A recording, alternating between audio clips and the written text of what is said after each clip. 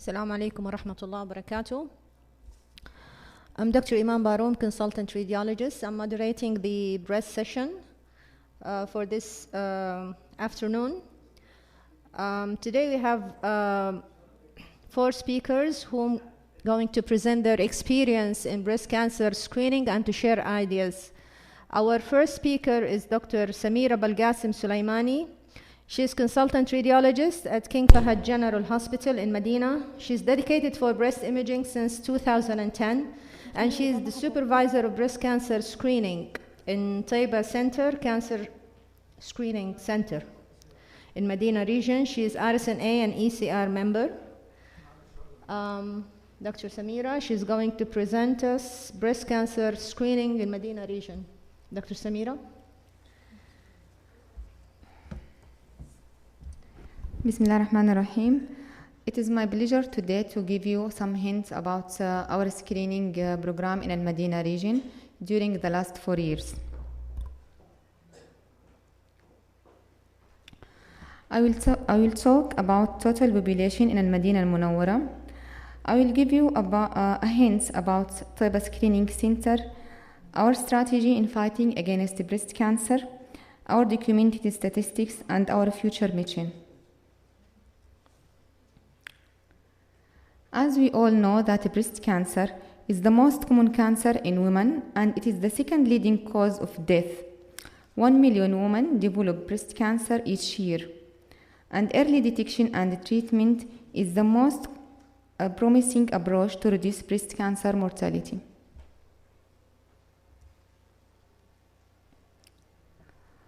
Screening in a definition is the examination that performed regularly among asymptomatic ladies to detect clinically occult breast cancer at an early stage.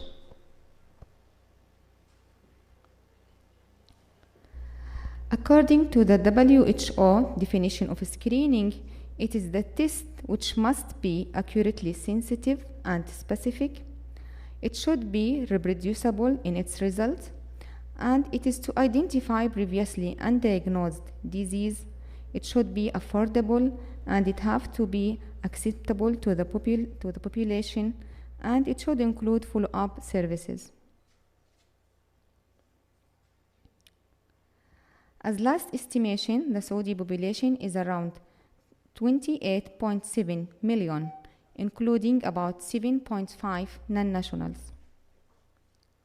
Al-Medina al-Munawwara total population is 1.9 million.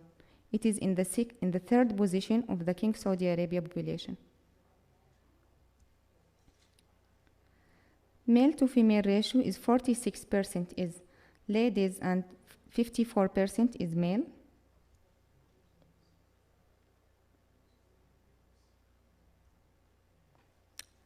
Average age group. Actually, in our screening program, we are targeting ladies over than 35-year-old in their age, and our targeted group from 35 to 60-year-old is about 22%, and those over 60-year-old is about 13%.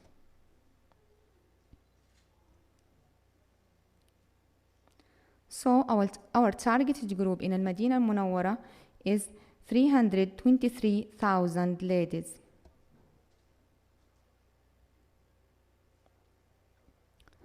Total number of hospitals and clinics in Al-Medina al-Munawwara, MOH hospital is about 12, non-MOH governmental hospital is 2, private hospitals is 10, MOH polyclinic is 171, private polyclinic is 14.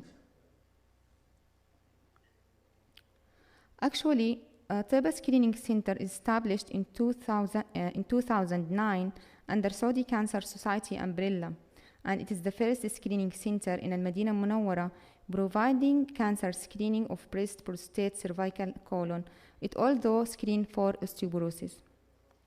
It is equipped by 2 fixed full digital mammography, 1 mobile track, and 1 ultrasound.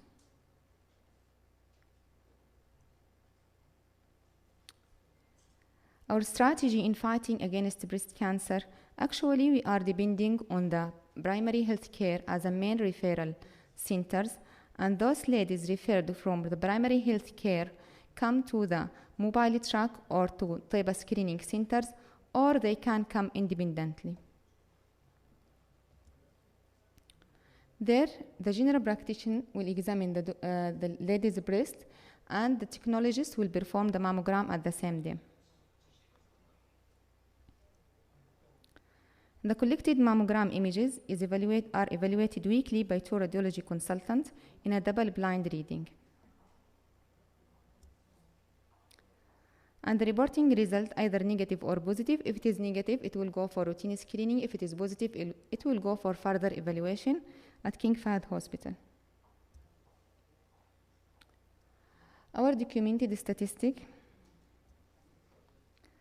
In 2009, we did about 700 mammogram cases, and the recorded cases was about 160. In 2010, we did about 1,000 cases, and the recalled patient was about 186.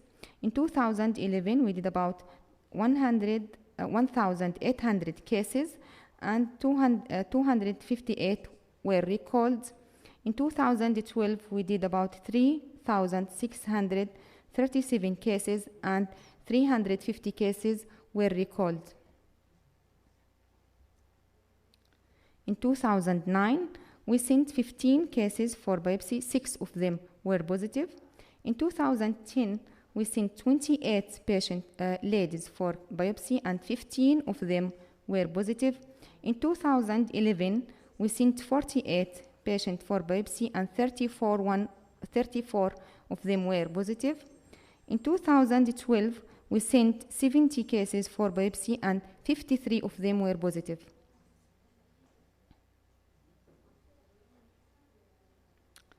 By the end of December 2012, our targeted number from the beginning was 323,000 ladies, and the actual screened ladies during the last 4 years is 6,441 lady. This means we screen about 2% of our targeted group.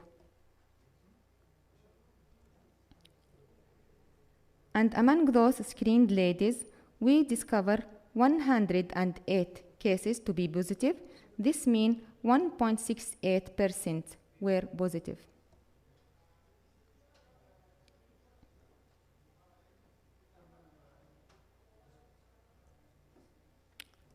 Our mission for the future is to cover our targeted group and to cooperate with other screening centers in the Kingdom to introduce successful national screening program. Thanks to all. Our next speaker is Professor Fatma Al-Milham. She's going to talk about the Eastern Province experience in early breast cancer detection.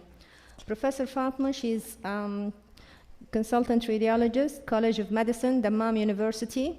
She's the chairperson of radiology department at King Fahd Hospital of the university. And she's the chairperson of Breast Cancer Early Diagnosis Committee, Saudi Cancer Foundation. Dr. Fatma? Thank you. Assalamu alaikum. I would like to thank the organizing committee for their kind invitation.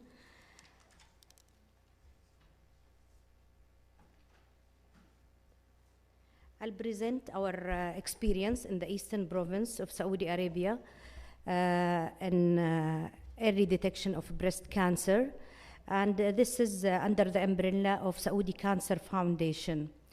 We all know that breast cancer is a global issue. Breast cancer is the most common cancer in women worldwide. It is also the principal cause of death from cancer among women globally. Despite the high incidence rate in Western countries, around 89% of women diagnosed with breast cancer are still alive 5 years after their diagnosis, which is due mainly to the early detection and multidisciplinary treatment. The UK and USA have one of the highest incidence rate worldwide, together with the rest of North America, Australia, and New Zealand. And this map shows the areas in red with high incidence of breast cancer, where the ASR is more than 90 per 100,000. The areas in blue, where we are lucky we are in, the ASR is around 20 per 100,000. But we have to bear in mind that we don't have any early or screening program, so the real incidence rate are not really clear in our area. The WHO has suggested that two components of early detection: first, education; second, screening program. There is a special edition for our area, the Eastern Mediterranean region, our area. According to WHO, mortality estimates cancer as the 4th ranked cause of death in our region. The estimated number of new cases each year is expected to rise from 10 million in 2002 to 15 million in 2025. So we have to be ready.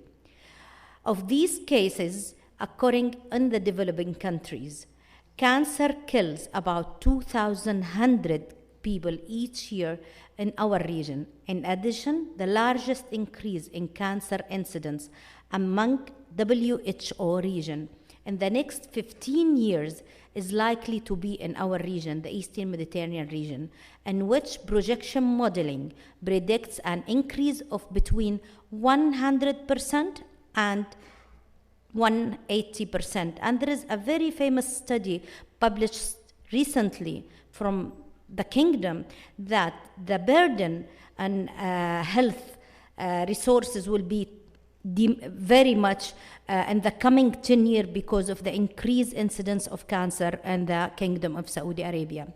In May 2005, World Health Assembly adopted a resolution in cancer prevention and control, this is the number, which calls a member state to intensify action against cancer by developing and reinforcing comprehensive cancer control program. Action is urgently needed to address the growing burden of cancer in our region. This publication is mainly for our region. Priority areas for intervention and primarily prevention and early detection, particularly for breast cancer. And Saudi Arabia is part of this signed agreement. Recommendation for our region: it is important to include cancer control in the program of National Health Plan, no matter what resource restraints a country faces. A well-conceived and well-managed national cancer control program is able to lower cancer incidence and improve the lives of those having cancer. Early detection program without formal screening. The IMRA supports and endorses the promotion of public education and awareness about breast cancer in most countries, regardless of their resources. I think we don't have resources problems in our country. All what we need that we have to push and reinforce our rights of having a screening program, because I do emphasize that we don't know the real incidence of cancer in this country. And we have these offers need to occur hand in hand with the establishment of diagnosis and treatment programs. At present, resources for cancer control in our region are not only inadequate, but directed almost exclusively to treatment. This strategy, although successful, is suboptimal, as lack of earlier diagnosis reduces the value of therapy, and we all know that most of our patients, they come not only in the second stage, but more advanced stage. The impact of preventive measures on incidence is not utilized. Unfortunately, in the majority of countries of our region, as I mentioned before, they come with advanced stage. According to WHO, 40% of cancer would be avoided by means of prevention, and 40% could be cured if detected early, as in breast cancer, and the rest should be managed by palliation therapy. In case of screening of breast cancer early detection screening programs have been implemented in various countries over the last 20 to 30 years. This is not a new issue. The results tend to be fairly constant in terms of actual breast cancer detected, even though the percentage of women screened who actually present at screening with breast cancer is very low. When these percentages is multiplied by the massive number of women now participating in screening program, is resulting in a huge decrease in mortality due to breast cancer. And this is the American Cancer Society guidelines for early detection of breast cancer at age 20 to 39, clinical breast examination plus self-breast examination.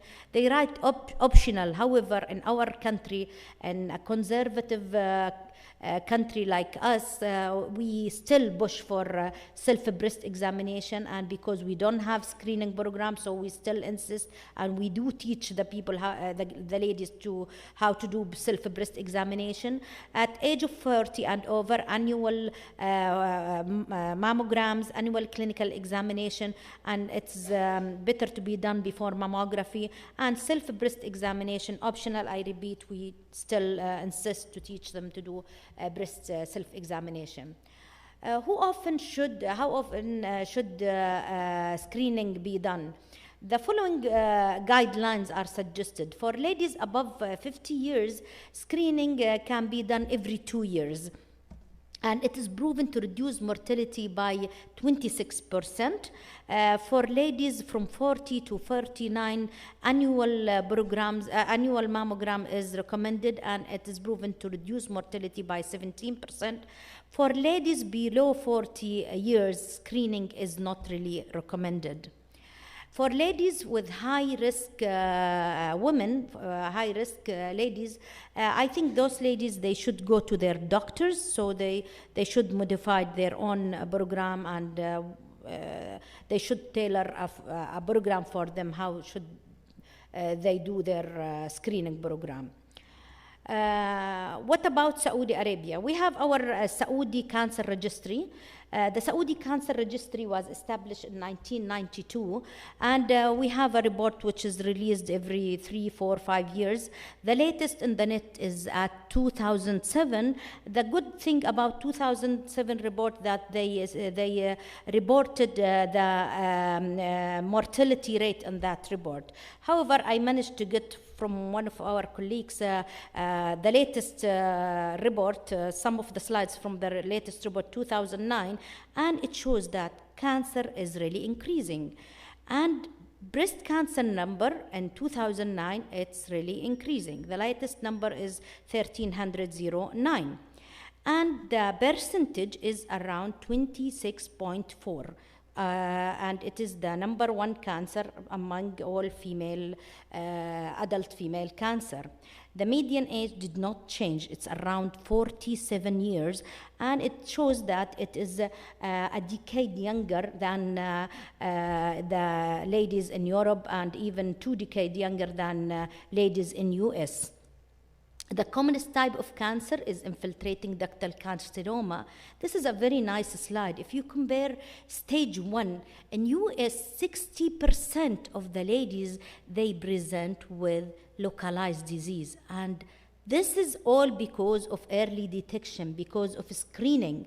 However, only in Saudi Arabia, 13.7% of the ladies, they come with localized disease. And this is because we don't have early detection programs. So most of our ladies, they come with regional involvement, and this is affect their staging, and which reflect later on their survival. The commonest area which is involved with the cancer, the ASR, is the Eastern Province. Since 1999, it has the highest incidence, the Eastern Province, and then in 2008, it's almost 31 per 100,000, followed by Mecca al-Mukarramah, then Riyadh. We don't know, we cannot explain why this is why there is a regional difference in the incidence. This is our rank between the international comparison, and I still insist, I don't think this is really right, because we don't have screening programs, so the incidence, we cannot say this is really a correct incidence because we don't have screening program. Our survival rates is around 65, as compared with the US, it's around 89, and this is again because we lack early detection program. What did we do in the Eastern Province? We established the Breast Cancer Early Detection Committee in 2008, and this is the names of my group, and I have Dr. Widad with me, Dr. Widad Bakotada. She's this one. I would like to thank her for all her help on the analysis.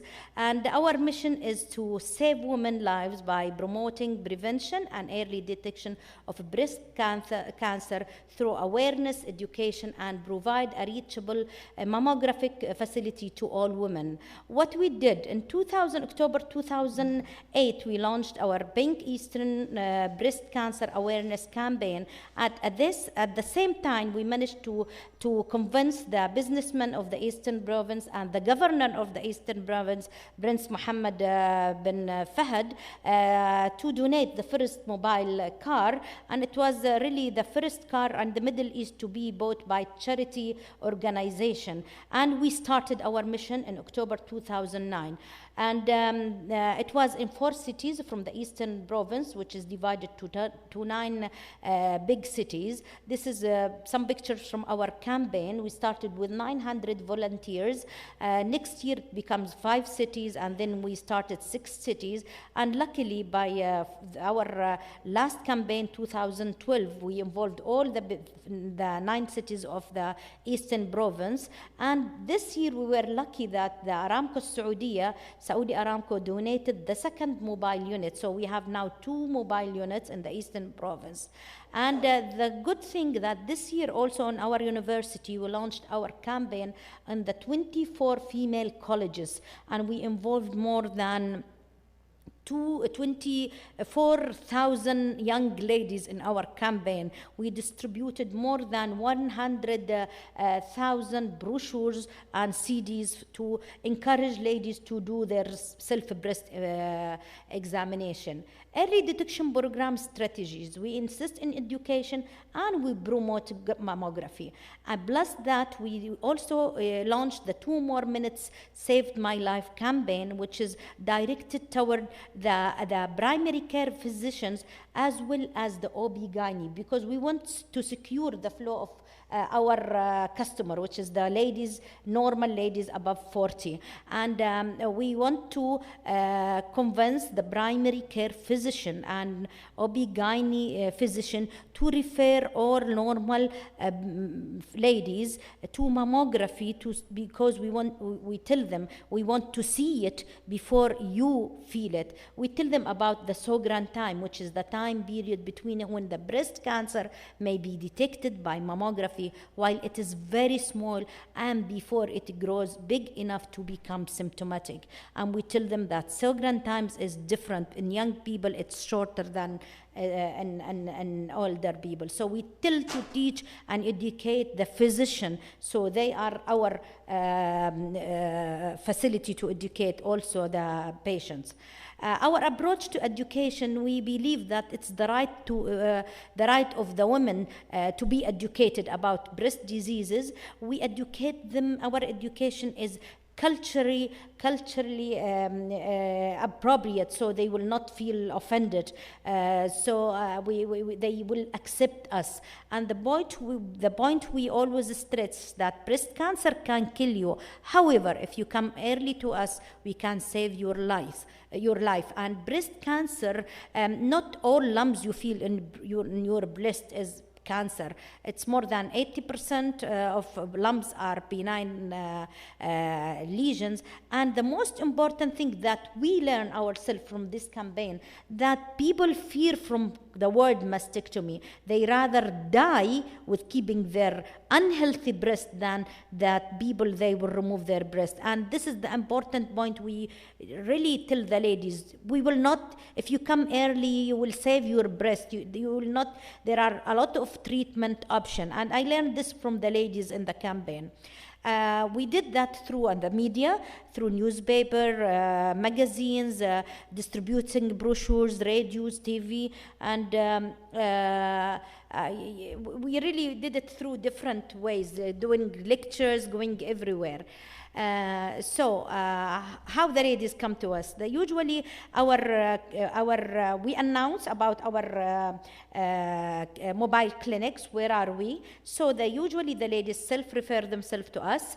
Usually when they come, they fill a questionnaire. If a lady has any problem or she has symptoms, we tell her to go to the hospital.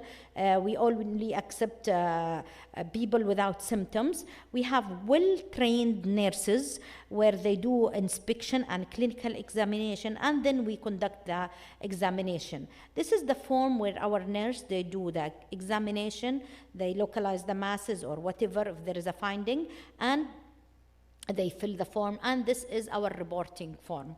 And the result of the screening, if it is in the same area where I stay or in the foundation, the result will be within 1 week. If it is far away, the result they will get it. They know that they will get the result within 2 weeks.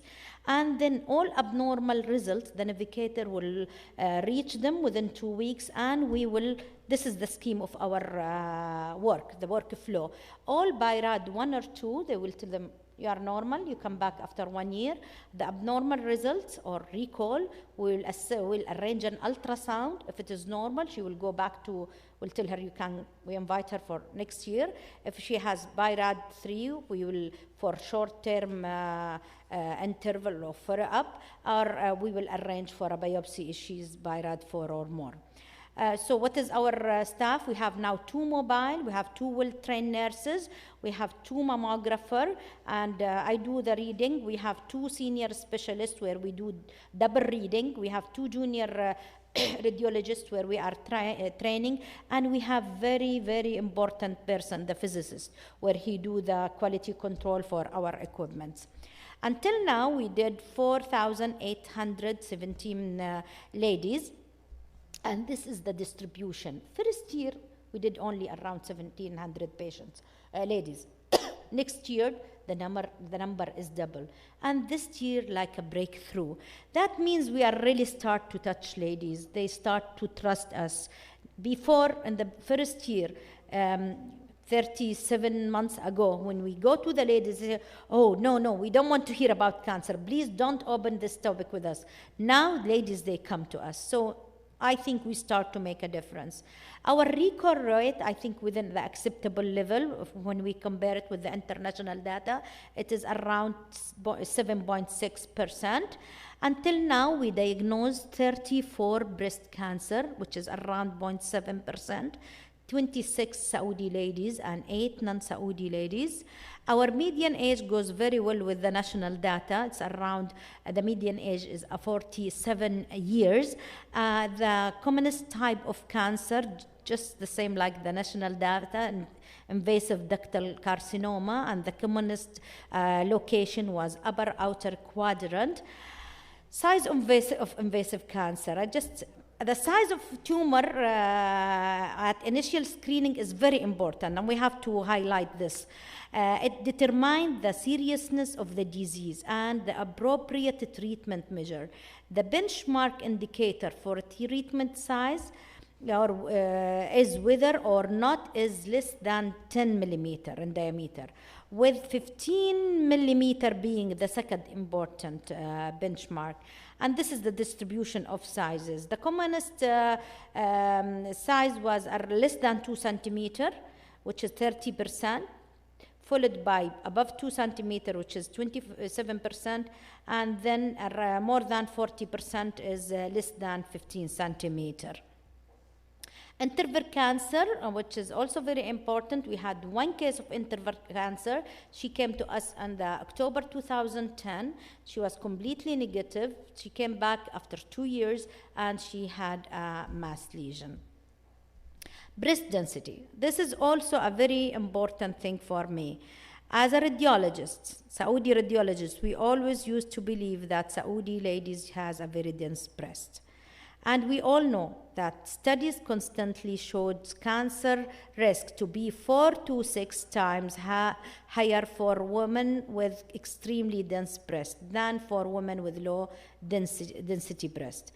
In 1967, Sir John Wolfe, a radiologist who specialized in mammography, first proposed that there was a strong association between the parenchymal pattern seen in mammography and the risk of women would later develop breast cancer. Since then, lots of studies were published about the relation of breast density and breast cancer. In Saudi Arabia, there is 2 big studies by Professor Asma Dabbagh in 1996, which also showed the relation of that Saudi ladies had, which in her study showed that there is high incidence of high density in Saudi ladies. Myself in the Eastern Province, also we revised the more than 500 mammograms, and also we published that Saudi ladies have high breast density. But now the things is different. Why? Because me and Dr. Asma and the others who published, we were looking at mammograms for ladies who present with symptomatic mammogram, and that was the difference. So now there is something different. And we all know that mammograms, dense mammograms, makes lots of limitation in our reporting. You can miss cancer in mammograms according to other publication. And this is our finding, and this findings is under publication, but I just wanted to report it for the others to this is, I think, a good news that our ladies, most of our ladies are 77% of our ladies, they don't have a dense breast. How many ladies came back for screening? In the first 2 years, only 10% came for screening. So, what are the major drawbacks from our work? The major drawbacks that relevant patient data is lost due to what? Positive breast cancer patients outside Al-Khubar area and Dammam, they are away from us, they prefer to be treated and followed up in their region or in their cities. For that, we lose follow-up from them. Also, by RAD 3, also they are away from us, also they are followed up in their region, so we lose them. Also, we need a help from modest coordination from MOH, Ministry of Health. Coordination needs to be further to secure referral from 40 years old ladies to our screening group. Shortage of manpowers to coordinate patients, referral and documentation, and also we need more radiologists to read mammography. Also, we have cultural and socio-economic circumstances limiting the process of screening. Also, we still have false belief that radiation can cause cancer by itself, which prevents some ladies to come to us. We have lack of access to appropriate medical services. Until now, you have even long waiting lists to the clinics, to the surgeon, to the specialist hospital. You have a lot of problem like this. And for non-Saudis, there is lack of health insurance. We know that breast cancer is a problem in Saudi Arabia as in the rest of the world, but in our country, there is a need for more researchers at a national level to identify the cause or the risk factors of breast cancer in our country, why the disease is increasing, and what are the reasons for marked regional differences, and do we have the problem of young age? And I think the answer is coming soon in the latest report, 2009. We have to really educate the primary care physician and the gynecologist, because they are the front line. They are the doctors who are at the front line with the ladies. And we have to increase the public awareness regarding the importance of early detection and cancer prevention. And we have to insist on implementation of screening program, as mammography is a cost-effective, highly sensitive modality with increased specificity after the age of 40, and clinical trial provide relative reduction in mortality of 30%. And we have to apply the WHO recommendation for optimum breast cancer care as screening mammography, specialized radiological center, early diagnosis of cancer. Diagnosis should be made before any surgical procedure, and patient informed about her management option. And we have really to start multidisciplinary approach. And I do believe that the 100-mile journey starts with one step, and the dream can be true if there is a will. We are lighting a candle in the dark, and we believe that one day our dream of having a national screening program of breast cancer is coming soon. Thank you very much.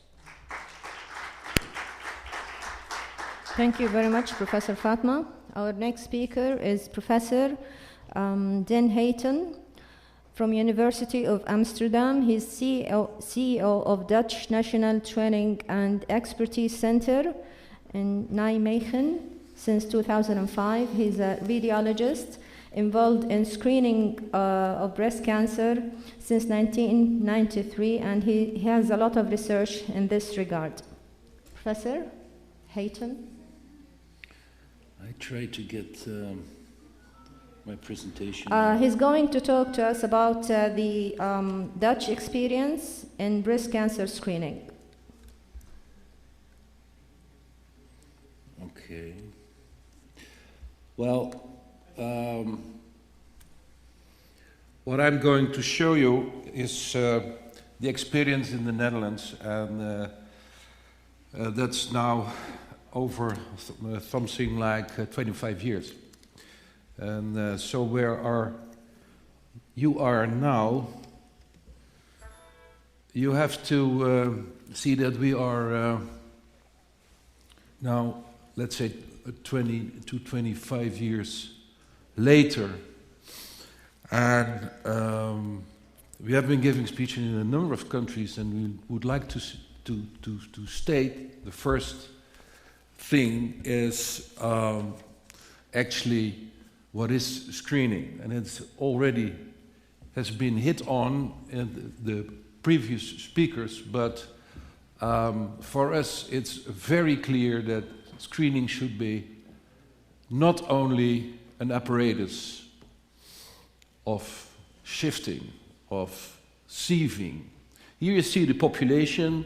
Here you see the population is normal population and abnormal population after one round. And this is what most of people would consider screening.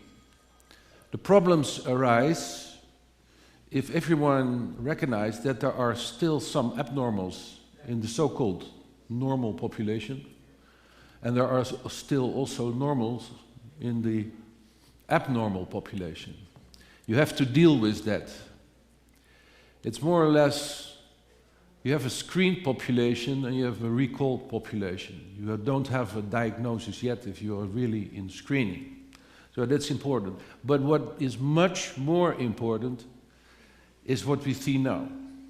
The figures that you saw just here from Saudi Arabia are first round figures. And this is what you will find in the first round. You have much more pre-symptomatic disease. And you go for a first screening round and everyone is happy. And everyone is happy because you find so much breast cancer. But actually this is not where you are looking for. You're looking for the smaller tumors. So now you get the interval. In the interval, the left-ins will become symptomatic and they will be picked out, and you leave. Now you have the start of a screening system. Here you can start really early detection, and this is what you should to be continued for many, many, many years. So what we mean about screening is screening of breast cancer It's the most misused word in the world, screening, but we mean screening for breast cancer, mammographic, digital, organized. And organized is very strict in this sense. Some facts you already saw that, so 1.5 million women, 300 deaths annually, and here you see the GloboCan image, and it looks like a Western disease. But if you look very closely, it's the incidence is it's a Western disease, but mortality is not a Western disease. Breast cancer mortality is not specific for the Western countries. So it's a worldwide problem. Why were we so early in the Netherlands? Here we are. This is the incidence in Europe. It's much, much, much higher than wherever in the world. We have the highest, one of the highest incidence, somewhere around the same as Belgium and parts of the UK. So that's the reason why there was also very early interest in screening programs in the Netherlands. Most of people say, well, if you start screening, you start finding cancers, and then you have this. You have an enormous rise in incidence, but at a specific moment, it will disappear. I'm so sorry. This is what happened in the Netherlands. This is 1910 in mortality of breast cancer. And this is 1990 when we started screening. Here, at this moment, 65%, 5-year survival in Saudi Arabia. When we started, it was 50% survival in the Netherlands in 1990. Here we see the age pyramid. The problem that you have depends also on the age distribution. This is the age pyramid when we started in 1975 with our screening system. And this is what's happening now. We have an elderly population, and elderly population have much more breast cancer. But these women are healthy. Screening is about health and not about disease. 80% will never see something of their tests. They only go once in a while. For 5 minutes in 2 years in the Netherlands, they go for a bus. And that's everything what's into it. Their sisters will be saved. Most of them will never have any harm about screening.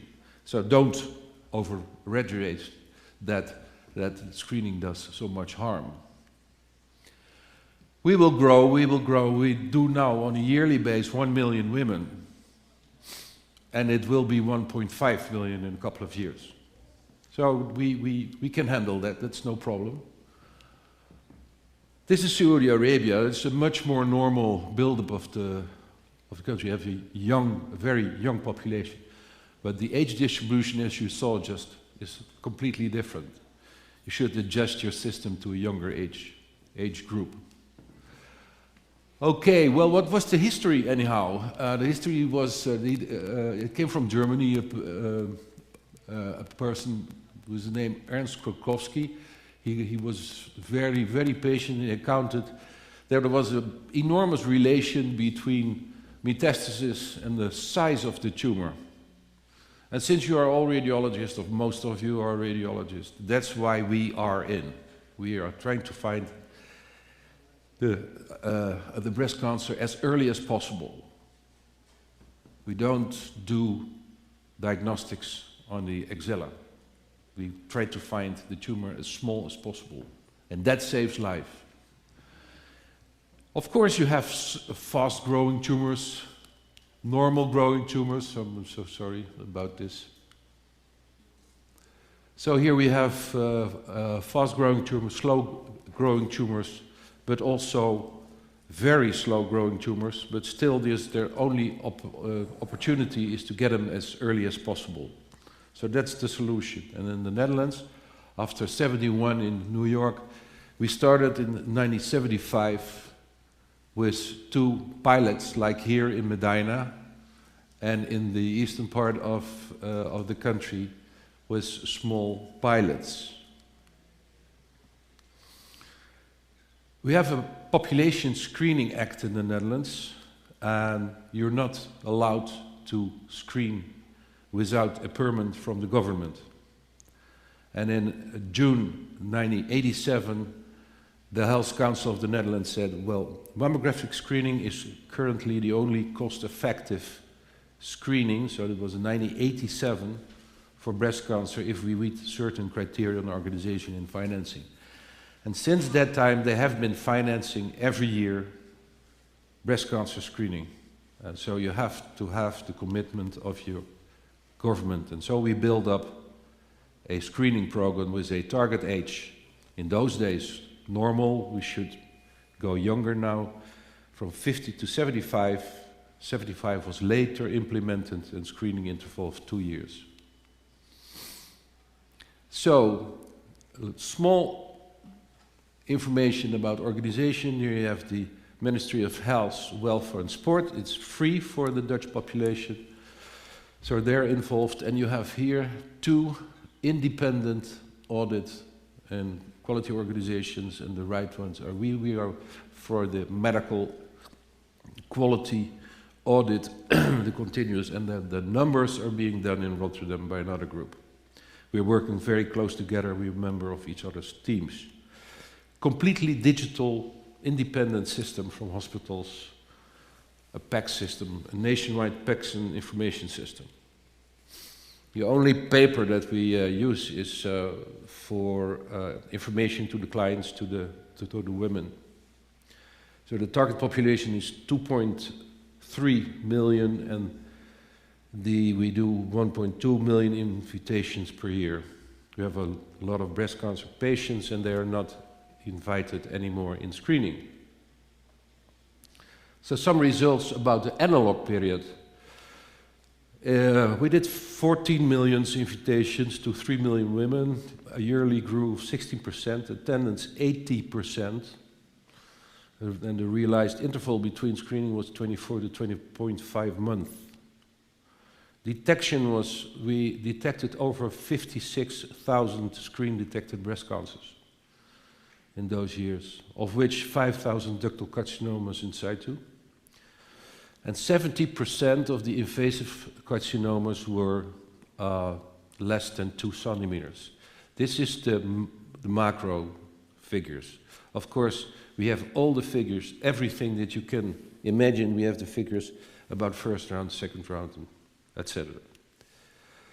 The lymph nodes has influence on the survival, limited, but that there is influence on the survivals. 70% of the invasive tumors was lymph node negative, a much higher rate in the subsequent rounds.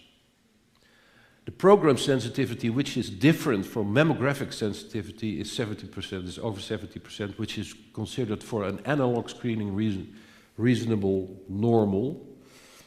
And for the women over 70 years, it's over 81.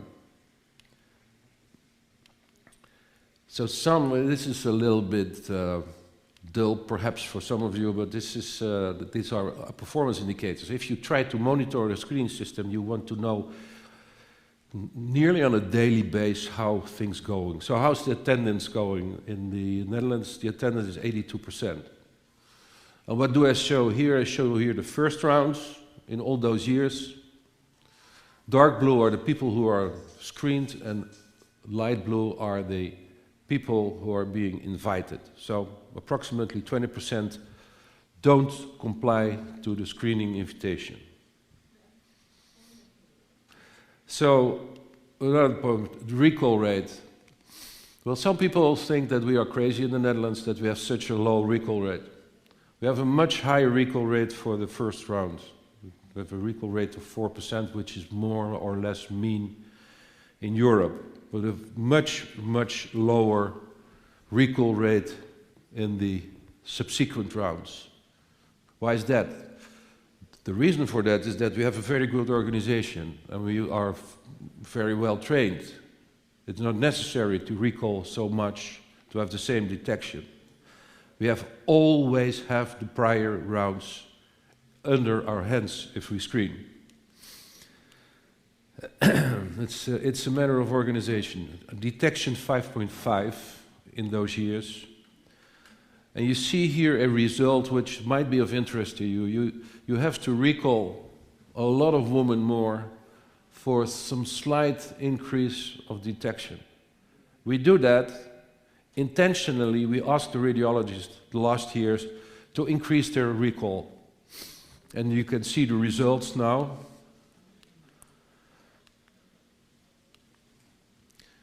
All because of the stage shift. This is the difference between a screen group and a symptomatic group. Here you see T2 plus, 60% in the symptomatic group, 70% in our screening. So this is very simple. That's why screening works, and especially for radiologists, it should be important that you realize just find those small tumors. Like here.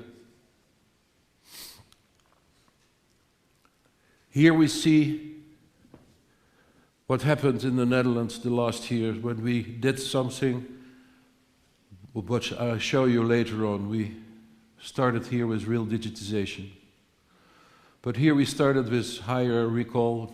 We came from 4.9 up to 6.0 at this moment, with a very low recall rate. Very high recall rate is not necessary. Mortality. Mortality is the only reason why you screen. And here we have a graph that now and then gives a lot of debate in the Netherlands. Why is that? That's because here we have a graph without screening, and that's been calculated by a computer program. And this is what we've been observing. So here we started screening.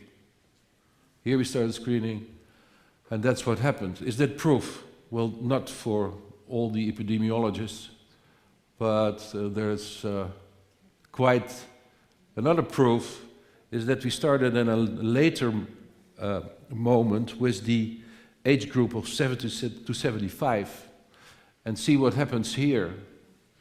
The mortality dropped enormously after we started the screening, much faster than the other group. Why is that? We were building on an existing infrastructure for the older group.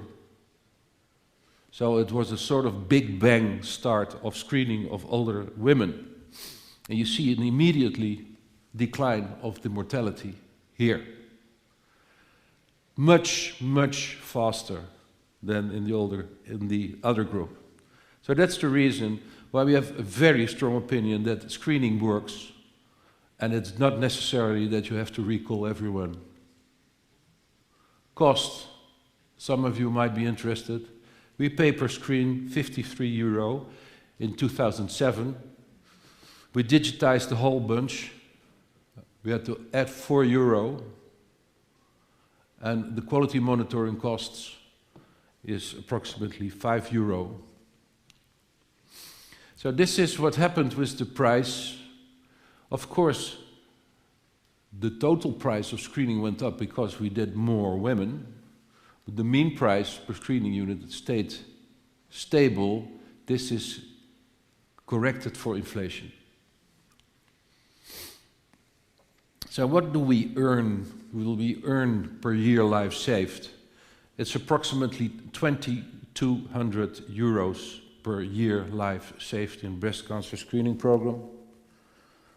Approximately the same for colon cancer, much more for cervical cancer, and we have a limit. We look a little bit like the Scots. We don't like to spend money too much. So here you see that the Dutch limit is 20,000.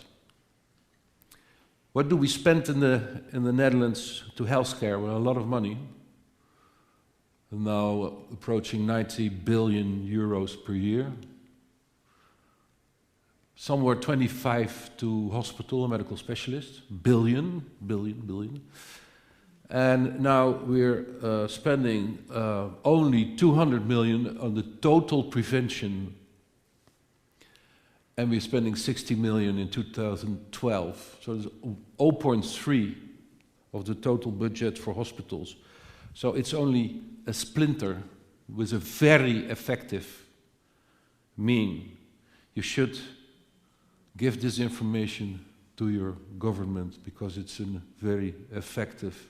This is the cost of the healthcare. We should be careful that it's not becoming a disease itself, but not for screening. Screening is not very expensive. So digitization might be of interest to radiologists. It was a revolution. We do high volume screening. Was it good enough? You know, we started very early with some pilots. This is a graph I have to explain. This is the build-up of the screening of the Netherlands in the analog phase. And this is the digital. This is the digital area. This represents, with these first rounds, 1.5 million screens. And we can compare that with the analog area. It was an enormous process. So here you see the Netherlands. It's not a very large country, but we have 17 million inhabitants. And here you see a national PACS with a glass fiber connection, everything attached to everything, especially for breast cancer screening. We had to train 550 technicians and 150 radiologists, all special, dedicated training for the digitization, and a total of 1,000 people who use the system. 1,000 people who do 1 million screens per year. We have 65 mammographic units, 8 fixed locations. A fixed location has now more mammographic units than one, but we have 57 mobile units. That's a large enterprise because we do 5,000 women per day, every year, again and again, again and again. It only works if you can get the population back to the screening. The total budget for the project was 70 million. So the evaluation of this 1.5 million against the analog, the digital recall rate went up significantly, but there's a learning curve. The detection of DCIS was almost doubled, especially in younger women, which is pretty relevant. Don't believe those people who say it's only overdiagnosis. And we found significantly more invasive ductal carcinoma of the very small kind. As a result of that, significant less T2 plus, and the lymph node stayed stable, but I have to make a remark about that. It looks like that we don't influence the lymph node status, but in this period we saw the sentinel node procedure. Okay, I'm pretty close to the end, Mrs. Chairman. You see here you see the learning curve of the digital screens. Here you see the predictive value became higher, and here you see the learning curve I showed. So the general conclusion of digitization was improved screening performance, more efficiency, and a cost stable. Some remarks about the mortality decline in screening. Here we see the influence of the start of the screening and what happened here. Most of the people say, well, there's something else. Well, we have a lot of opponents in Europe, not in the Netherlands, but in Europe. Well, we analyzed it very, very closely.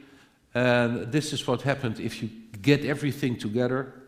Before the start of the screening, if you consider the screening as one big bang, before the start of the screening, every year you saw an incline of 0.3% of mortality, and after the screening you saw a decline of 1.7. So that's pretty convincing that screening works. I'll skip this. This has to do with the influence of chemotherapy in relation to screening. The part of which can be contributed to screening is larger.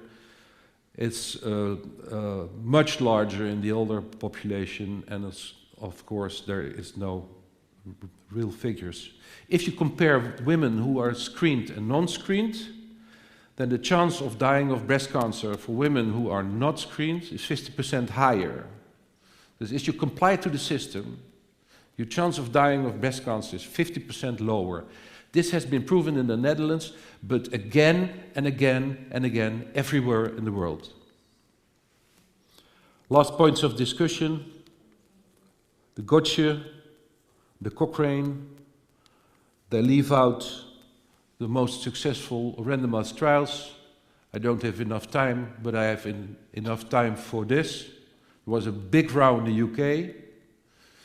Independent review by people who never published about breast cancer screening, and it's recently been published, the UK review, and the highlights.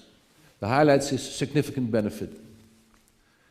1,300 people prevented mortality at 70 years. Overtreatment is an offer that many women will feel worth accepting, and there's no reason to stop the program. End of discussion. Ladies and gentlemen, there are harms and there are benefits. And if you organize a screening system, you should be aware of that. And you should take the harms out as far as possible. We will skip the overdiagnosis and the false positives, but it's a problem that we can handle, especially the false positive. We're building now a system that the false positive, especially the BI-rate 0, we only recognize in screening BI-rate 0 and BI-rate 4 and 5, that the BI-rate 0 will be dealt with within 48 hours. My last conclusions: 35 years after the first pilot project and 22 years after the start of the population screening, screening in the Netherlands is a fact of life. Fear for breast cancer is diminished and not directly related to mortality. And I have to make a remark about your fear, about the recognized fear here for amputation. Most of the women don't get an amputation. 5-year survival is somewhere around 85. The 5-year survival of screen detected is near normal. The 5-year survival of screen detected tumors smaller than 15 millimeters is completely normal, is comparable to the background group. Effect on the mortality decline of the target population is significant, but it's the whole population, the screened and the non-screened, is over 30%. Figures from the Netherlands are national, very large, very detailed, and from open sources and available for everyone. And every year, at least 775, and it will grow up to 975, will prevent the deaths from screening. This is my last slide. Don't forget, 1 prevented death at 16 years of life in the Netherlands. The system should be strictly controlled and limited cost, and a continuous monitoring, audit, and quality control is mandatory. Thank you very much for your attention. Our last speaker in this session is Mr. Piet van Kalken. He's the manager CEO of the Dutch National Training and Expertise Center since 2007. He will talk about how to set up breast screening program. Well, good afternoon, ladies and gentlemen. My name is Piet van Kalken. I'm the CEO of the National Expert and Training Center for Breast Cancer Screening in the Netherlands. And first of all, I want to thank the organization committee for inviting me to present the presentation Starting a Screening Program and Quality Control. I'm a colleague of the former speaker, Arten Hete, and he also told about the context of the screening. And the context of the screening and context of my presentation is that I'm also talking about screening, breast cancer screening, mammographic breast cancer screening and the mammographic breast cancer service program, service screening. And service screening is an organized population-based screening program. Thank you.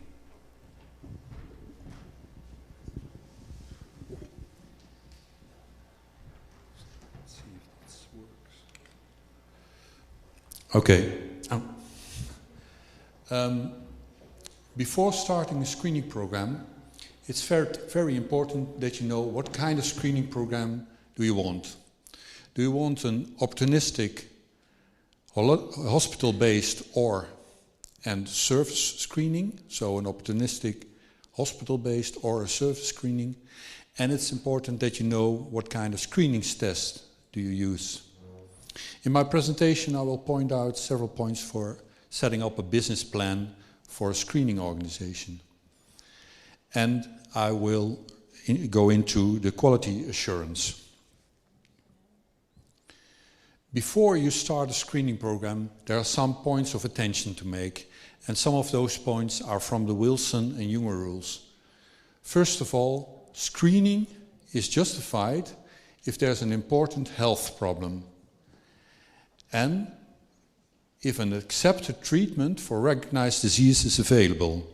So this is very important because you have to have an important health problem to go to screening, and there must be an accepted treatment for this disease. Also, for an organized screening program, you have to reach the entire target population for call and recall.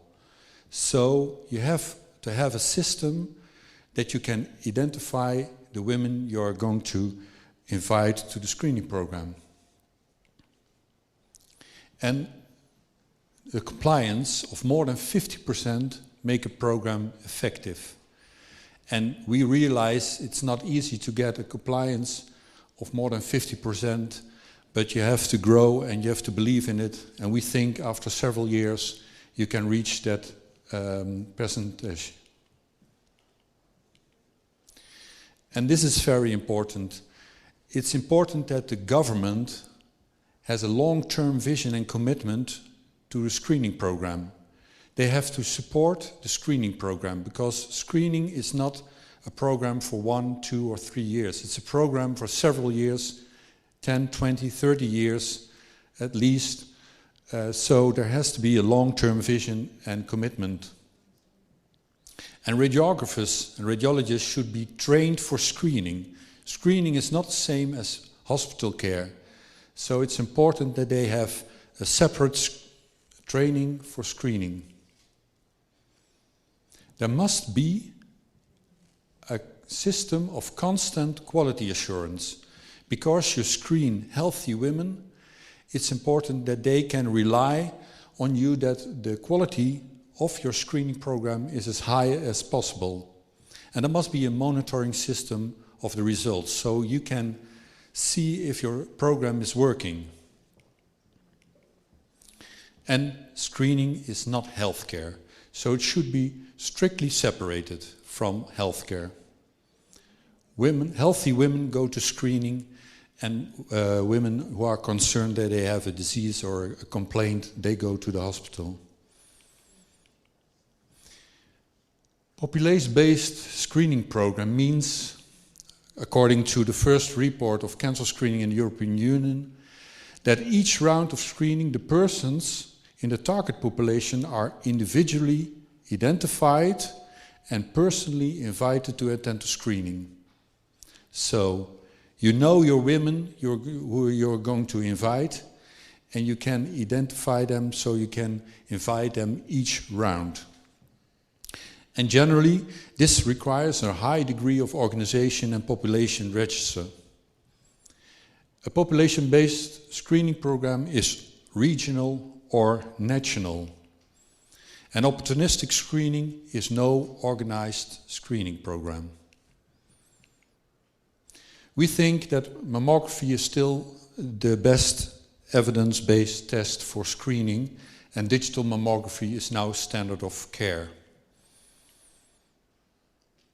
Before you thinking about setting up a screening program and make a business plan or something like that, it's important you know your epidemiology. Because it's important that you ask yourself what's the breast cancer mortality and incidence rate. And you need that to monitor the effectiveness of the program before the start. So before you start a screening program, it's important you know your mortality rate and your incidence rate. And you have to know what's the age variation in the population. It's important to define the target population. And then you have to know how big is the target population and how big do you expect the participation rate will be. And this is very important to organize the program. If you, let's say, you have a target population of 100,000 women and you have a participation rate of 50% and you screen every 2 years, then you have 25,000 women who will be invited to come, will be attending to the screening program. And then you know how much mobile units you need, how many radiographers you need, how many radiologists you need, how big your packs must be. So it's important to know your epidemiology so you can organize a good screening program. Well, this is from the cancer report in 2007, already mentioned. And then you see that breast cancer is the most common cancer in Saudi Arabia. So, do you have an important health disease? Yes, you have. And 26% of the most common, of the female population cancers is 26% is breast cancer. So, you could say this is very important. You have your information, so you can start a screening program. Over here you see also from the report, it's difficult to read. This is the population, I think, 39 to 44 years. Breast cancer is the most common, and it's up to 75 years. Still the most common is breast cancer, and after that it's not the most common cancer. So this is important to decide what your age, your target population will be, and the age variation will be between 30 years and 75 years, and you have to decide to look into the numbers exactly to define the target population.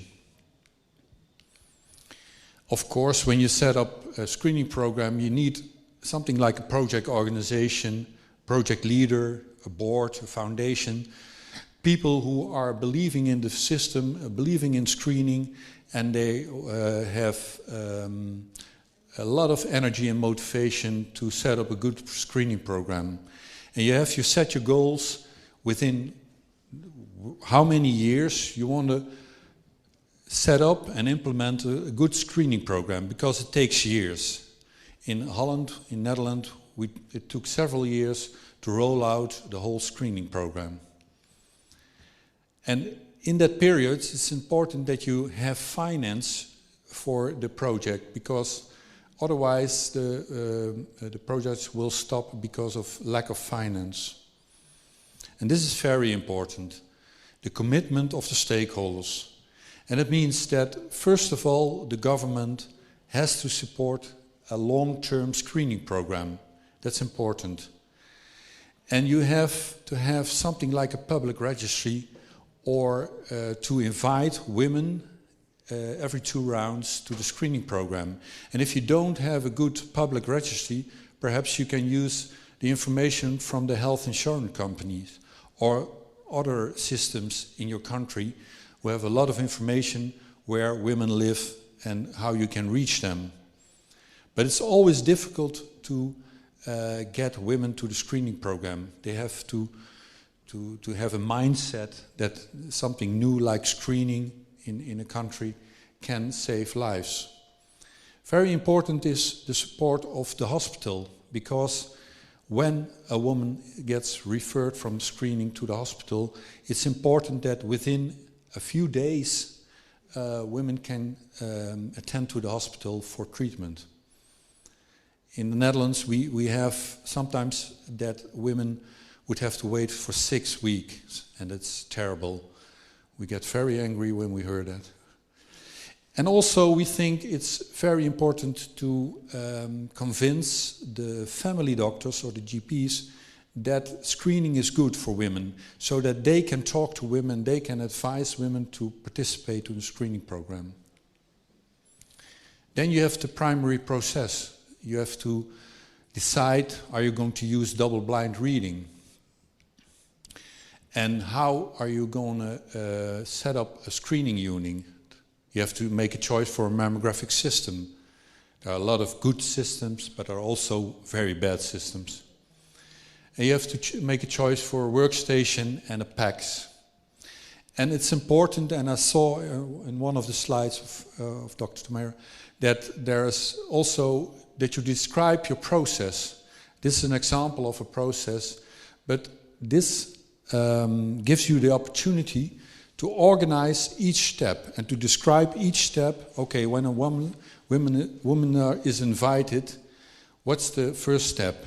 She will attend or she will not attend. Okay, what do we have to do if they're not attending?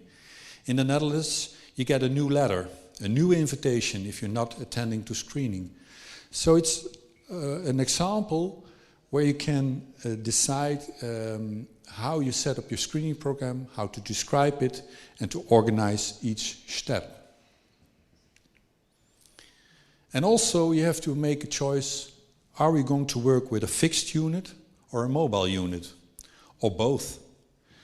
Do we have the staff to examine the screening? Are they available, and do they have the right quality? Is there enough finance to do screening for more than 10, 20 years? And very important is the ICT. Do we have a good PACS? Do we have a good workstation? Do we have a digital workflow? Some examples. We helped to set up a screening program on the island of Curaçao. It's between North and South America, and it's a former Dutch island. And they chose to have a fixed unit, only a fixed unit, because it's a small island and all the women are able to come to the fixed unit. So this was the best solution. We also work with a hospital area in Brazil, and you can see these are different roads. They have to have a very good truck to go to all the small places in the middle of their region, and that's different from Holland, where we have good roads, we don't have any mountains, and we don't have a desert, and we have a lot of mobile trucks, and they are mostly about, I think, 1 or 2 months in one place. You don't see any truck, it's only the unit, and then once in every 2 months a driver will come with his truck and transport this mobile unit. And I was very happy that yesterday I saw your own mobile truck of Medina in the front of this hotel. So you have already made a decision to use mobile units next to a fixed unit. Most important is culture, but we think as a national expert and training center that the level of quality can be the same all over the world. The level of quality of equipment, the level of quality of radiographers, and the level of quality of radiologists can be the same all over the world. We can learn from each other and we can make this level as high as possible. But how to communicate with women and staff depends on the culture of your country. So you can't copy the Dutch way of screening to Saudi Arabia. It's very important you notice your own culture aspects. So we believe that trainers and teachers must be part of the culture of the country. And you have to use the teach the teacher of train the trainer situation. And we are very happy to help you with that.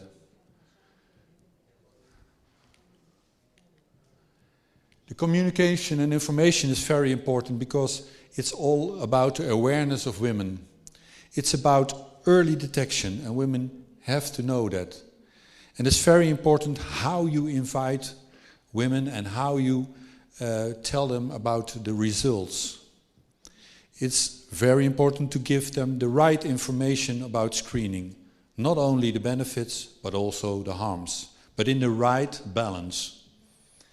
And communication with family doctors, screening, and hospital is very important, especially for the follow-up. So a hospital has to know, okay, we have a screening program, so that means that there will be some women referred to the hospital and we are ready to take care of them.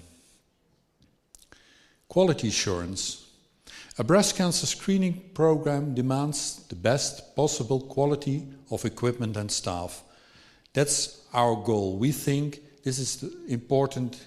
If you have a screening program, if you screen healthy women, they have to rely on the best quality you can provide. So you could say there's some kind of chain of quality. The equipment is important and has to be perfect, but only if radiographers perform well, radiologists can perform well.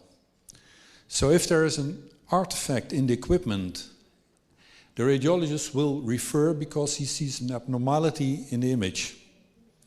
But if the positioning of the radiographer is wrong and there's a fault or the breast is not fully shown, the radiologist also will refer because there has to be further examination before they can decide what to do. So it's a kind of chain of quality: equipment, radiographers and radiologists. A quality system is, we think it's about guidelines. You need guidelines because you want to measure your quality. Are we doing the right things in the right way? But also you have to have a quality assurance by teaching your staff, testing the equipment and auditing the staff.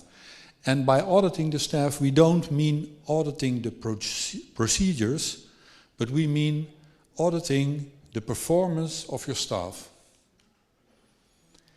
And also, a quality system has to look forward, so you want to optimize your quality by feedback, monitoring and evaluation, innovation, sometimes from the vendors, sometimes from doctors, and scientific research.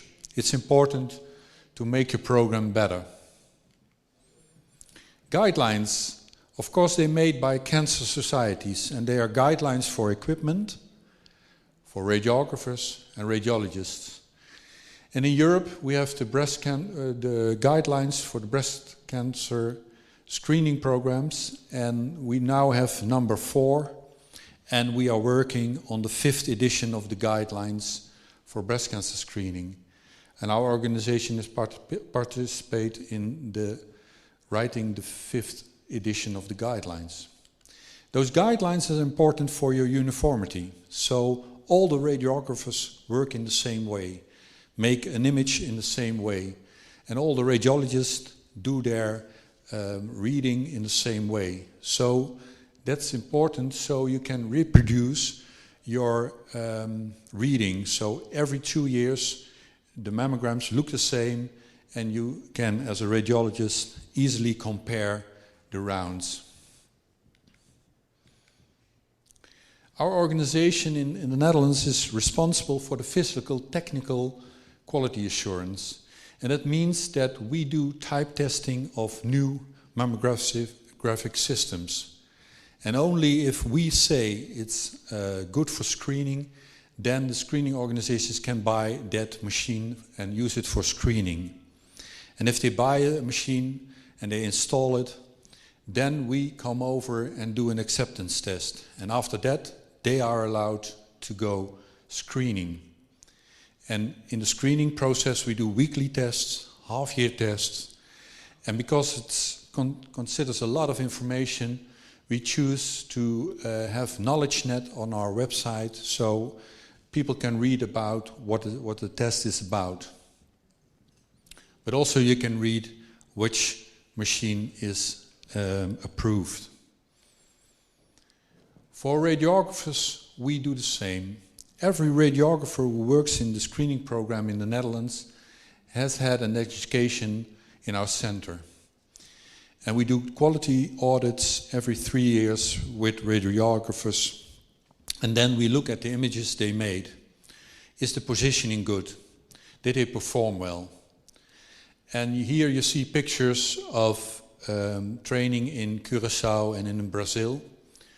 And it's important that we also have knowledge net for radiographers so they can read on the internet how to make a special mammogram or what kind of procedures there are.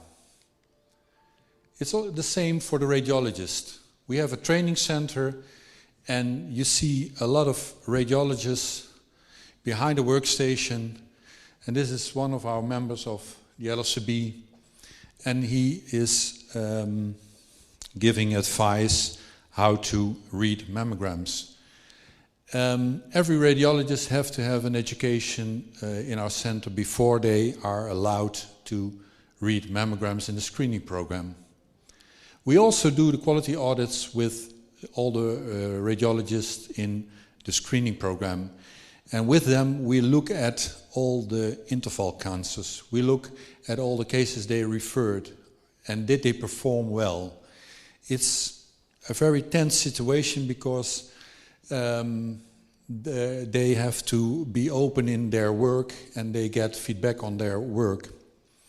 And also for them we have knowledge net so they can read a lot of the procedures or the tips or the advices we can give them. I've been asked to tell something about our organization and what we have planned. Each year we have a training, digital breast cancer screening for radiologists, and it's an international training in the first week of June. And it's a very individual training for 10 radiologists from all over the world. It's very popular. Each year we are very successful and fully booked out. So for this year's, the first week of June, there's still some places left for an international training. We also developed a European course of breast cancer screening for radiologists with a diploma. And we were asked by the European Society of Breast Imaging to set up such a course, and they want to have a diploma for European radiologists who are screening in centers in Europe, so that there is a uniform diploma and a degree. And the latest thing we did, we developed a self-test for radiologists and for radiographers. So it's a test with 60 cases where the radiologist has to score in which place there is an abnormality and how they define that abnormality. And then they can see for themselves if they are a good or less good radiologist. We developed also some posters about positioning for radiographers. In the Netherlands, each screening unit has this poster in the exam room, so radiographers can see, okay, how do I have to make this kind of image? It's fairly clearly explained with some drawings, and we are also getting a book about positioning also in English this year. In conclusion, I'm almost ready. A well-organized screening program is a long-term program to guarantee continuity. It's important. It's not for a few years. It's a long-term program. Uniform quality of equipment, radiographers and radiologists must be guaranteed. And screening must be organized within the specific culture of the country.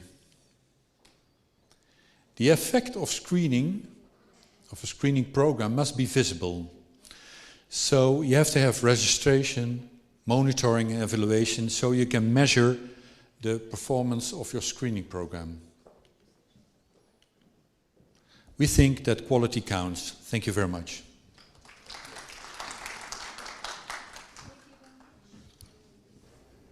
Thank you very much for all the speakers. Now the floor is open for questions, and I invite all the speakers to the stage, please.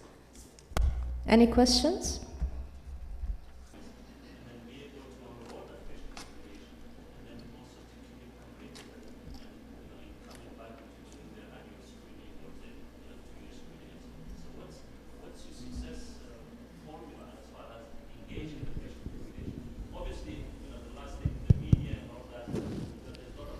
Can we switch the light on, please?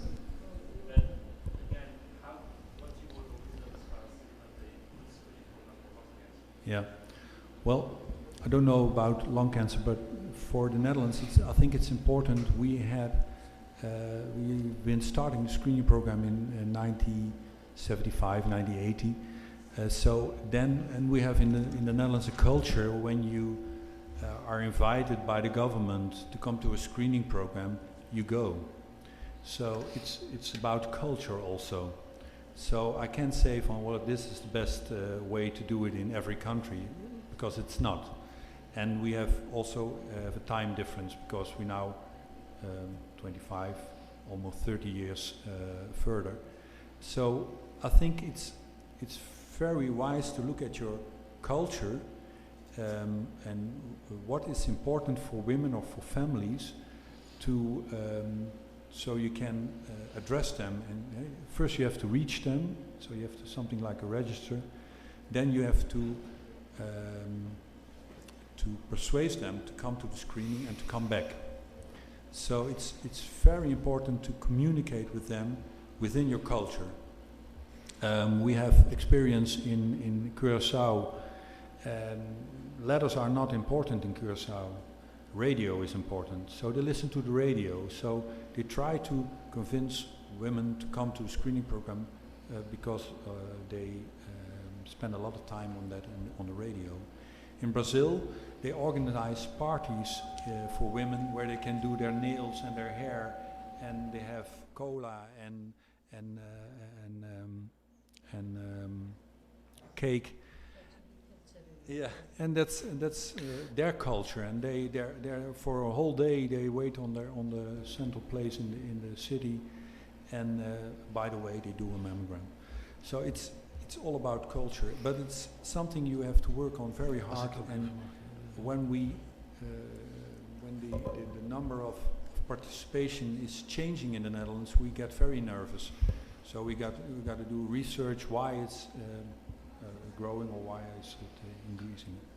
What's the reaction of the public when every 6 months there is a report saying that mammography is good, mammography is not that good, and we have conflicting messages to the public that this is useful or it's not.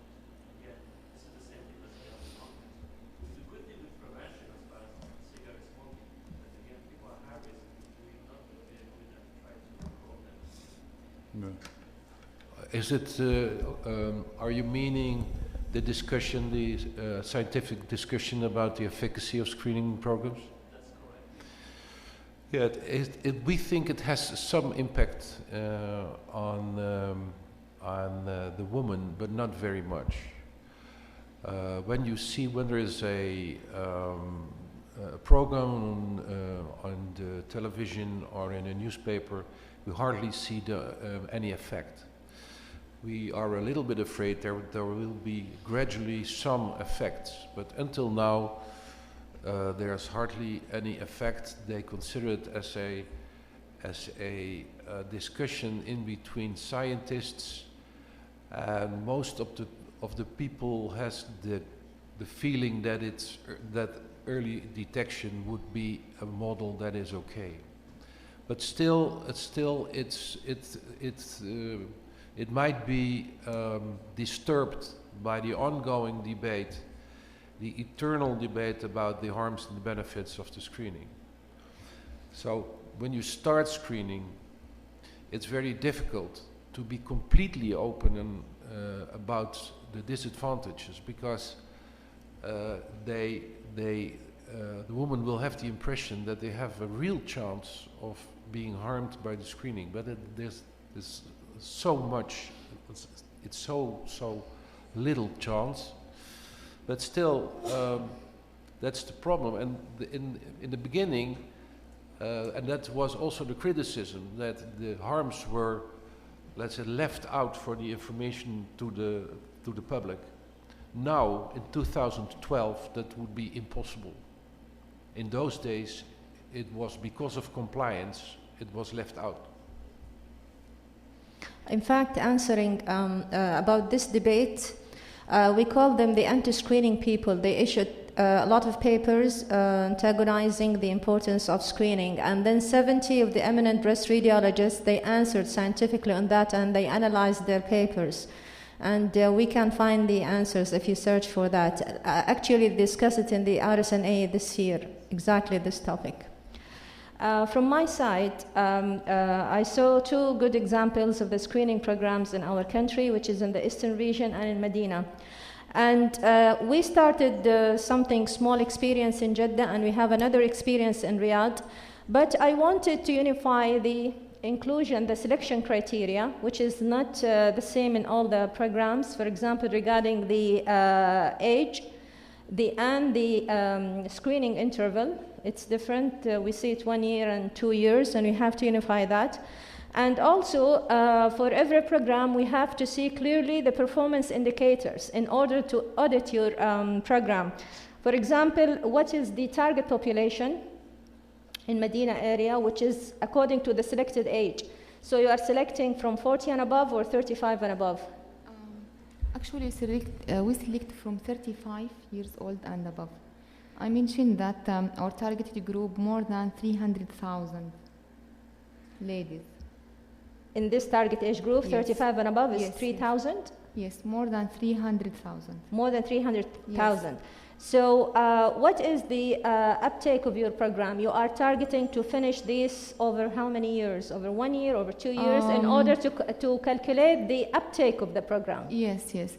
Actually, I count that if we did about 1,000 per year, may we need 30 years to reach our target. Because you know that if we did 1,000 cases per year, we will need 30 years. But if we did up to 10,000 cases per year, we will reach it in 10 years or more. But again, this is the demographics Mr. Kalkin was talking about, that you have to know what's the number you want to screen, and in order to order how many equipments you need, how many radiologists. I don't think it's practical that I screen my population over 10 years. So yes. when I will do the second round. Yes, because actually this number, which I mentioned in my presentation, it is just for people who are living in Al-Medina itself, yes. not including the people who are in the rural area. Because in the remote area, we are still, our mobile track doesn't come out of the Medina. So this 300,000 is Medina city or Medina region? No, this total population in Medina region. Our target is more than 300,000 in Medina region. But our experience just included in my presentation the number which for the ladies who are living in Medina itself. Yeah. And also this figure is very important, Dr. Muslih, that the detection rate in the Medina over the past few years, it's 1.6%, while it's in Eastern region, it's around 0.7, correct me Fatma if I'm wrong. Yes. And in our limited experience, we did it for like the last year, it's 0.56%, and in Riyadh, it's 1.3%. So the highest detection rate is in your region. Yes. So you have to focus more and to increase the efforts, maybe more radiologists, more units, whether mobile and fixed units. So it's a real problem in Medina. Yes, which is surprising. The figures were surprising to us. Yes. But there is a point, we should not for the reasons. Yeah. First, are you admitting all ladies? Everybody, symptomatic ladies are going No, there? no. We are having separate. We are having screening center separate for asymptomatic طيب, ladies. you did Because not show us 1 minute. You did not show us your results. What is the size of your tumors? Because I cannot believe it. In a small area, your incidence is that. No, it is incidence. more, even more, because symptomatic lady come to our MAMO unit directly from King Fahd Hospital. During the last 3 years, when we established our MAMO unit in King Fahd Hospital, we discovered 200 And these cases. are all Saudis? Saudi and non-Saudi. And I have, yes. 1 minute. This is very, very, very dangerous statement. Before we are breaking this news to the media, this is very dangerous because this number is really a big number and very dangerous number. Please, we have to be very careful. Yes, And, it is like this. 1 point something is 1.67. Yeah, it's like in Riyadh. Riyadh is 1.3%. Yeah, So but among we have only, to, we have to be careful to first to differentiate. This is even in Riyadh. We have to address these questions. These patients are purely asymptomatic. Yes. Because lots of patients they say it happens to us. The patients to bypass the hospitals, they say no, we don't have. They come to us and when they come with masses above 5 centimeters. It cannot be that they are asymptomatics. Even if they lie, we are doctor, we know it. Number one. Number two, we have non-Saudis. We have to differentiate. This is statistics. You have to separate your statistics. Saudis from non-Saudis, because this will reflect in your statistics. Now you are saying these statistics, some Saudis, some non-Saudis. Yes. So we should not rush because we are just growing. And the third and last thing for me to say, we don't have the right to say we are screening. We are a charity organization just starting. Screening is not our job. Screening is the government job and it is the Ministry of Health. As I mentioned, we are just doing an experience. We are showing that we are as radiologists, we are ready to help you, government. We are going to help you, Ministry of Health. We are willing to do something. We are here, but we should not say we are doing the screening for you. No, this is their mission because we don't have the epidemiology. We don't have the numbers. We cannot force the people to come again. This is another drawback in I did the first round. They don't come back.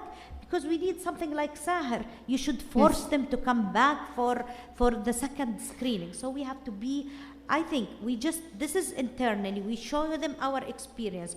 We are willing, we can do it. We have all the power, we have the manpower, and we have the equipment. The kingdom even have the money, but we need the will.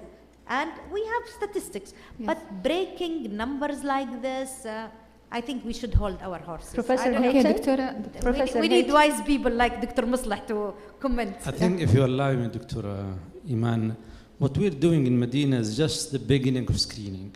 And we are a charity organization, and we have our limitation resources. When we start the screening, we have no facilities in MOH Medina for biopsy. So hand in hand, we started the unit in King Fahd, and I think what we did is that we gave a good message to the ministry that this is their duty, and that's why when we get the mobile unit, we gave the whole responsibility to the preventive medicine, the non-communicable disease branch, and they realized that this is their own job. Now we have some visitors from Ministry Riyadh to see the experience here, and I think they're in the process of making a national program. Excellent. So far they got 4 units, mobile units in Riyadh, MOH, but unfortunately they're not able to work on them yet. They don't have enough radiologists or enough technicians or enough resources. But I think the message is clear that we are charity. We are starting very simple according to our limitations, and eventually I'm sure Ministry of Health will take over, and they will do the 10,000 in maybe 1 year And or we 2 will help years. them Yes. also. Well, congratulations, Dr. Masleh. With this limited effort, your detection rate is very high. When you have full support, what will happen?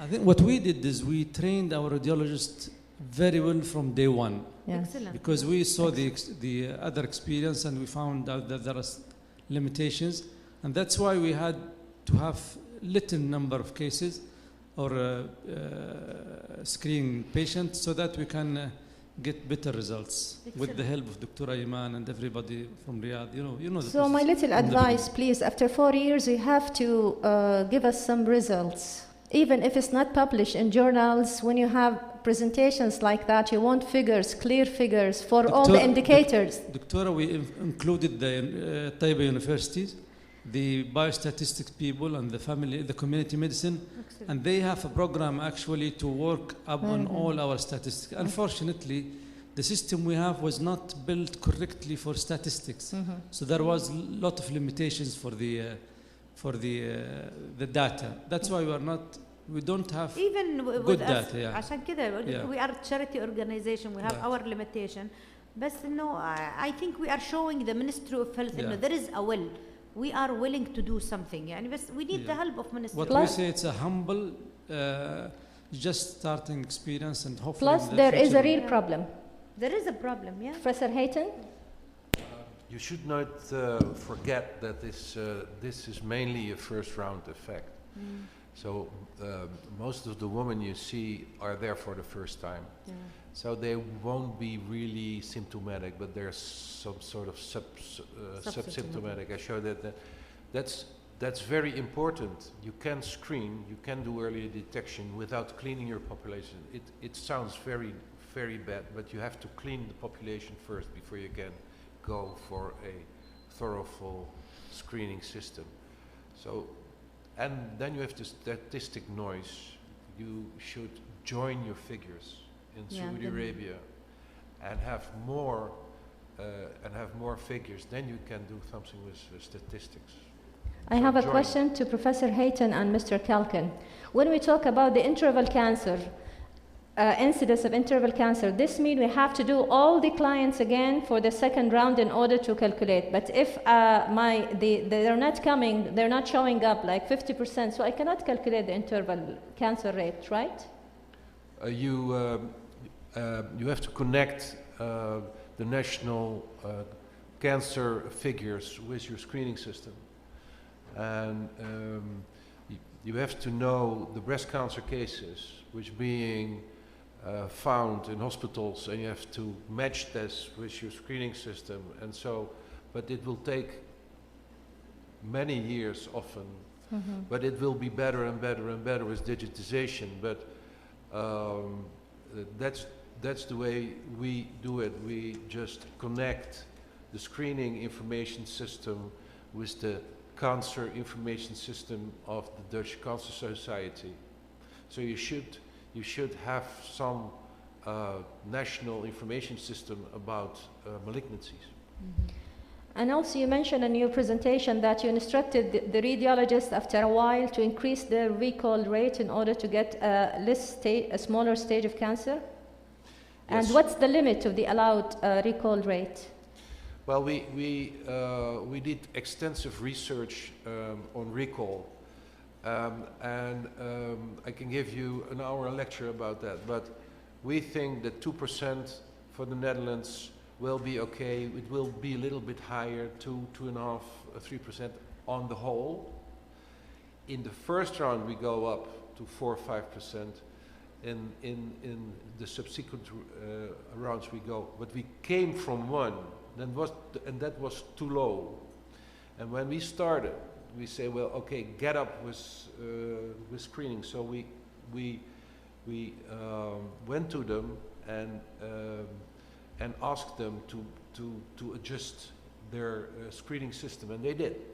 But there's no doubt, if you ask a radiologist, just be a little bit more sharp, but not too much. Then he will do it. And in the Netherlands, they will do. We don't have this medical legal problem. You know, not every woman who is missed is isn't too, but we'll go to the law, to a judge. They won't sue us. They know that this is screening, and screening is not perfect. Yeah.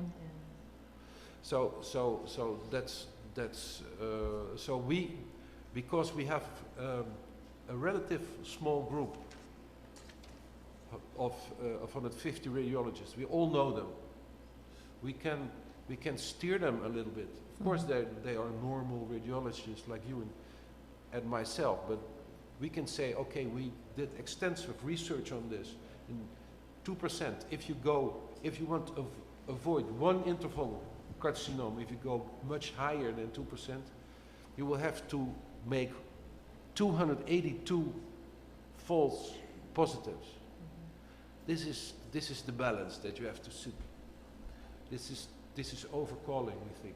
So the optimal area is somewhere between 2 and 3 for the subsequent rounds. Yeah.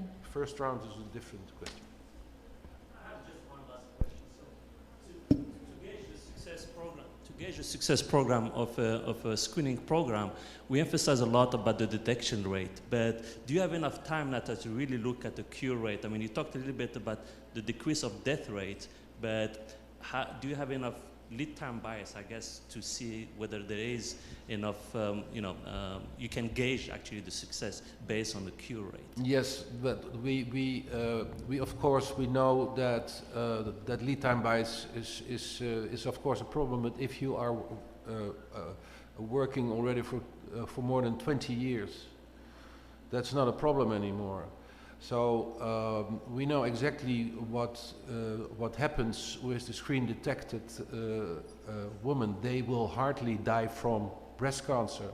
My own sister, she was detected by the screening, and I said, well, congratulations. The one reason you're not going to die from is from breast cancer. You know, that's the reason. She was 72, and she had a 4 millimeter invasive breast carcinoma. It's not a white dove. This is normal practice in the Netherlands. We don't see very much large tumors, and if there's one, it's a very fast growing. It's a nasty one. We will never save those women. Those usually are younger patients. Yeah. Yes, most of them. Yes, most of them. Absolutely. Yeah. Any more questions? Yes. Can we have microphone here, please?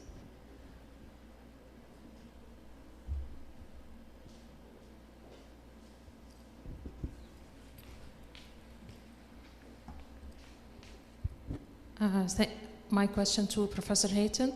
Thank you very much for your presentation and also answering your question. My question regarding the high-risk population, we consider for patients with BRCA1 and BRCA2, and also with patients who had previous irradiation, what is the recommended tool for screening for such patient? And the second part of the question, who should follow this patient? Radiologist, the screening program, or who is? In the Netherlands, the guidelines are very clear. You start at 35 with yearly mammography, MR, physical examination, and ultrasound. The chance of having a false positive is 100% in your lifetime, but they accept that, and they are being followed up by the medical oncologist. But of course, in the Netherlands, and that is what you're going to see also here in Saudi Arabia, when you start screening on a large scale, surgeons and radiologists and pathologists has to work together. And immediately the standard of care goes up. I'm so sorry about the surgeons. I don't know if there is any surgeon here around, but the standard of care, because it becomes multidisciplinary, that's the effect of screening. It's a side effect, I know, but they have to work together. So they have multidisciplinary teams. I saw in your department a special room for that. That is in every hospital in the Netherlands obligatory. You don't comply to the guidelines if you don't have a multidisciplinary room, if you don't have a weekly multidisciplinary room.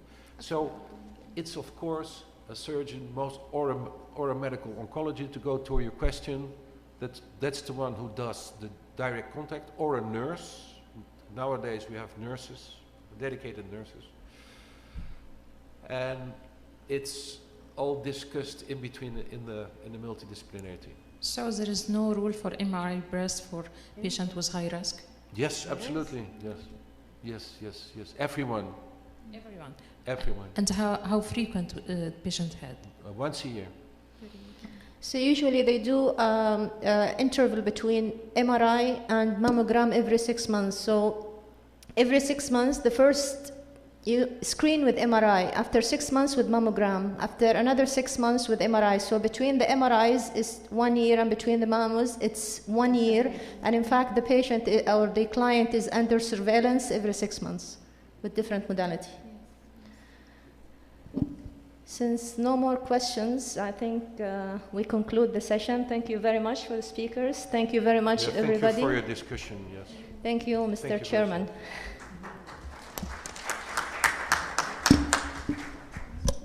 Mm-hmm.